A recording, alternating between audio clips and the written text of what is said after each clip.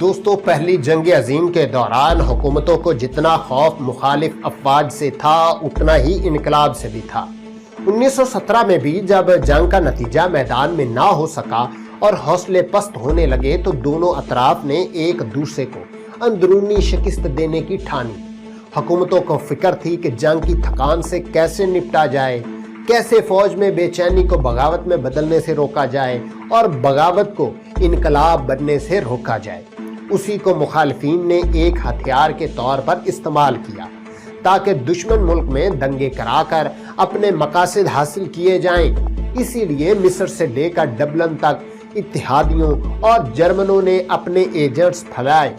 ان کا ایک ہی مقصد تھا کہ وہ لوگوں کو اپنے آقاؤں کے خلاف ابھاریں اور انہیں جنگ سے باہر کر دیں۔ روس میں جرمنوں کو اس سے کامیابی ہوئی۔ بیلشوک کی پشت پناہی کر کے ایک انقلاب برپا کر دیا گیا۔ روس 1917 میں جنگ سے ٹوٹ چکا تھا۔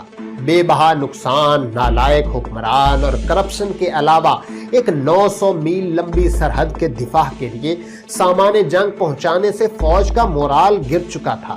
کارخانوں میں مزدوروں کو مشکل سے کھانا دستیاب تھا۔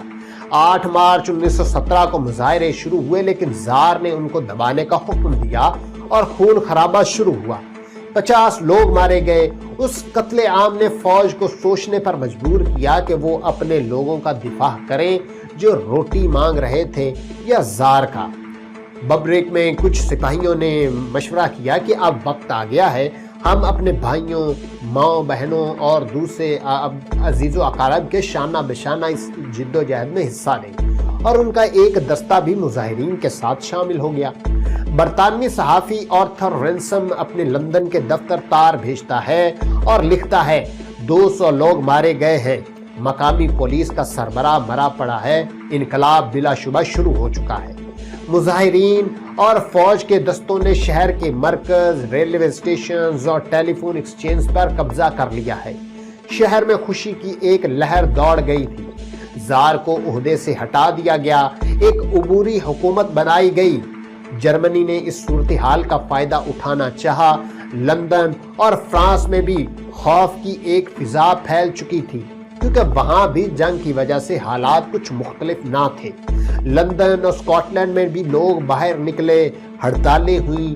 فوج کو 2 لاکھ سپاہی برطانیہ میں رکھنے پڑے تاکہ اندرونی خطرے کا مقابلہ کر سکے، لیکن برطانیہ میں محتاط رویہ اپنایا گیا اور اگر کسی علاقے میں حالات بے قابو ہونے لگتے تو ان کی تمام مانگیں پوری کر دی جاتی۔ جہاں برطانیہ حالات سنبھالنے میں کامیاب ہوا، وہیں فرانس کو مشکل پیش آئی۔ 3 سال جرمن حملے کے خطرے میں رہنے والے پیرس کے باشندے اب تنگ آ چکے تھے۔ مہنگائی، خوراک کی کمی، تیل کی قلت کے لیے لوگ ہنگامے کرنے لگے۔ پیرس کے گلیوں میں بھی انقلاب کی باز گشت سنائی دینے لگی تھی۔ جنرل نیول کی قیادت میں ناقص جنگی حکمت عملی نے فوج کو بغاوت پر مجبور کیا۔ چیمندیس ڈیمز حملہ ایک نہایت غیر ذمہ دارانہ قدم تھا۔ فوج کے سامنے کانٹے دار تاروں کا ایک جنگل تھا اور مشین گنز آگ برسا رہی تھی۔ فرانس کی فوج کو آگے بڑھنے کا حکم دیا گیا۔ 40,000 فوجی شروع کے دنوں میں مارے گئے، لیکن نیول نے حملہ جاری رکھنے کا حکم دیا۔ اس ظلم ناروا کے خلاف 370 انفنٹری ریجمنٹ نے محاذ کی طرف جانے کی بجائے قریب بستی کا رخ کیا۔ وہ گنگناتے ہوئے اپنی پوزیشن سے پسپا ہوئے۔ جون 1917 تک فرانسیسی فوج متاثر ہوئی تھی۔ ایک جرمن حملہ پتوں کی بنی عمارت کو ڈھیر کر سکتی تھی، لیکن جرمنز کو اس بغاوت کا سرے سے علم ہی نہیں تھا۔ یہ ایک بڑی انٹیلیجنس ناکامی تھی۔ 4 دن کے بعد باغی فوجی پاس ہی جنگل سے متصل قصبوں سے حشاش بشاش نمودار ہوئے۔ یہ بغاوت سے زیادہ ایک احتجاج تھا اور ان کی مانگیں پوری کی گئیں۔ جنرل نیول کو عہدے سے ہٹا دیا گیا۔ جنرل فلپ پیٹن ان کی جگہ آئے۔ نظم و ضبط بحال کرنا ان کے لیے ضروری تھا، اس لیے صرف چند کو سزا دی گئی لیکن سرے عام دی گئی تاکہ نشان عبرت بنے۔ فرانس کی طرح اطالوی فوج بھی جنگ سے چور تھی، لیکن اندر ہی اندر فوج میں ایک نفرت پھیل رہی تھی۔ اکتوبر 1917 مین کارپوریٹ کی لڑائی میں اطالوی دشمن کے سامنے احتجاجاً ہتھیار ڈالنے لگے۔ ایک اطالوی افسر جس نے ہتھیار نہیں ڈالے، ان کو اپنے ہی جوانوں نے گولی مار دی۔ ہزاروں کی تعداد میں اطالوی خوشی سے چلاتے ہوئے جرمن کی قید میں گئے لیکن اپنی جان بچا گئے۔ اٹلی نے بھی جنرل کارڈونا کو ہٹا کر فرانس کی طرز پر فوجیوں کے لیے آسانی کی اور نظم قائم کیا۔ 1917 کی سرما میں 3 لاکھ اطالوی فوجی سرنڈر ہوئے، قریب اتنے ہی پسپا بھی ہوئے، مقامی لوگوں کے ساتھ بھاگ نکلے۔ جب ان سے سرزنش ہوئی تو کہتے ہمیں حکم ہوا تھا کہ واپس آ جائیں، کس نے حکم دیا تھا کوئی نہیں جانتا تھا۔ اٹلی کے لیے مرزلی کی چوٹی پر جنگ ختم ہو چکی تھی۔ دوسری طرف برطانیہ نے خلافت عثمانیہ کے خلاف سازش رچائی کہ مکہ اور مدینہ اس سے چھڑا کر اس کی ساکھ کو نقصان پہنچانا تھا۔ اس کے لیے حجاز کے بدو قبائل کو آبادی اور آزادی اور خود مختاری کا لالچ دے کر ترکوں کے خلاف لڑایا گیا۔ عرب اس بہکاوے میں آ گئے اور 5 جون 1916 کو خلافت عثمانیہ کے خلاف بغاوت شروع ہو گئی۔ مکہ جلد ہی باغیوں کے ہاتھ لگ گیا۔ ترکوں نے مدینہ میں مقابلہ کیا۔ کمانڈر فخری پاشا نے ہتھیار ڈالنے سے انکار کر دیا۔ جب تک میرے سپاہی خاک و خون کے قبا پہن کر مدینہ کی مٹی میں دفن نہیں ہو جاتے، مدینہ سے عثمانیوں کا سرخ جھنڈا کبھی ہٹایا نہیں جا سکتا۔ برطانیہ نے لارنس آف عربیہ کو شریف حسین کی حجازی لشکر میں بھیجا، جس نے انہیں گوریلا جنگ پر اکسایا۔ وہ ریل گاڑی کے ٹریک اڑانے میں ماہر ہو گئے اور ایسا کر کے وہ لوٹ مار کرتے۔ لارنس نے عرب قوم پرستی کو ہوا دی۔ یروشلم پر کنٹرول برطانیہ کا مقصد تھا۔ عقبہ کی بندرگاہ پر قبضہ اس ضمن میں ضروری تھا، لیکن اس بندرگاہ پر تمام ترک توپیں پانی کی طرح رک کی گئیں۔ حجازی فوج نے لارنس کی سربراہی میں 600 میل کا چکر کاٹ کر ترکوں کو بھیجے میں آ لیا۔ 4 دن کی لڑائی کے بعد ترکوں کو شکست ہوئی۔ مشرق وسطیٰ کو زبردست جھٹکا لگا تھا۔ جنرل ایلن بے برطانوی فوج کے کمانڈر تھے، اب اس کمپین کی سربراہی کرنے لگے تھے اور یروشلم کی طرف بڑھے۔ 11 دسمبر 1917 کو علم بائی لارنس کے ہمراہ شہر میں پیدل داخل ہوئے۔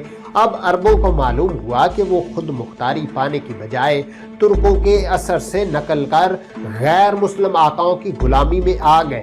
عربوں نے لارنس سے مطالبہ کیا کہ وہ اپنے وعدے پورے کرے، جس پر سوائے شرمندگی کے اس کے پاس کوئی جواب نہیں تھا۔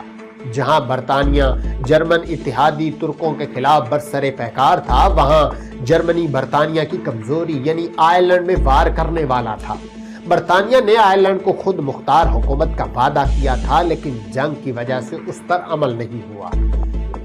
حالانکہ 2 لاکھ آئرش برطانیہ کے لیے لڑے اور اس میں 30,000 قتل ہوئے، لیکن برطانیہ کی کمزوری آئرلینڈ کے لیے ایک موقع تھا کہ وہ اس سے آزادی حاصل کر لے۔ اسکین چلڈرنز برطانیہ میں مقبول تھا۔ اس کا novel the riddle of the sends میں اس نے برطانیہ کو جرمنی حملے سے آگاہ کیا، لیکن اب اس کی وفاداری تبدیل ہو گئی تھی۔ وہ اپنی کشتی میں ہیمبرگ گیا اور وہاں سے 900 رائفل لایا، جو 2 سال بعد بغاوت میں استعمال ہوئی۔ ایسٹر منڈے 1919 کو 1600 باغی ڈبلن میں نکلے اور ریلوے، جی پی او اور کچھ اور جگہوں پر قبضہ کر لیا۔ پیٹرک پیریس ایک لکھاری اور شاعر تھا جو کہ انقلاب میں آگے تھا۔ لکھتا ہے کہ ہم سمجھتے تھے کہ آئرلینڈ جنگ سے دور رہے گا، لیکن اب ہم اس کو سامنے دیکھ رہے ہیں۔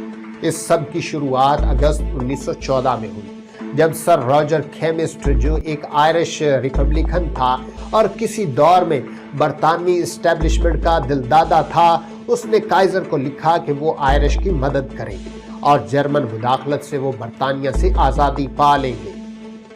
زمرمین، جو کہ مستقبل کا وزیر خارجہ تھا، اس نے پلان بنایا کہ 25,000 جرمن 50,000 اضافی بندوقوں کے ساتھ آئرلینڈ میں اتارے جائیں۔ اس کے لیے امریکہ میں آئرش فنڈنگ بھی کی گئی۔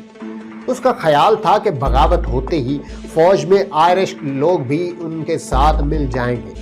اس کے بعد جرمن سب میرینز ڈبلن کے بندرگاہ کو قبضے میں لے لیں گے۔ کچھ جرمن جہاز لندن پر بمباری کریں گے اور وہ برطانیہ سے آزادی پا لیں گے، لیکن جرمن ہائی کمانڈ نے ڈبلن میں فوج اتارنے کی مخالفت کی۔ لیکن ایک سب میرین 20,000 رائفل لے کر 1916 میں لاکھوں راؤنڈ ایمونیشن کے لیے آئرلینڈ کی طرف روانہ ہوئی۔ سب میرین آئلینڈ پہنچ گئی، لیکن آئرش کے مطابق اسے 2 دن بعد آنا تھا۔ جرمن وہاں انتظار کرتے رہے کہ انہیں ایک پیٹرول نے آ کر لیا۔ جرمن کیپٹن نے بجائے گرفتاری دینے کے اپنی سب میرین ڈبو دی۔ بہت سے باغی اس واقعے کے بعد امید کھو بیٹھے، لیکن ایک سخت گیر گروپ لڑتا رہا اور ایسٹر منڈے کو ڈبلن میں اہم مقامات پر قبضہ کیا۔ برطانوی فوج نے مشین گنوں اور توپ خانے سے جواب دیا۔ 10,000 کی فوج بلائی گئی۔ بہت کم لوگوں نے بغاوت کے کچلے جانے کا سوگ منایا۔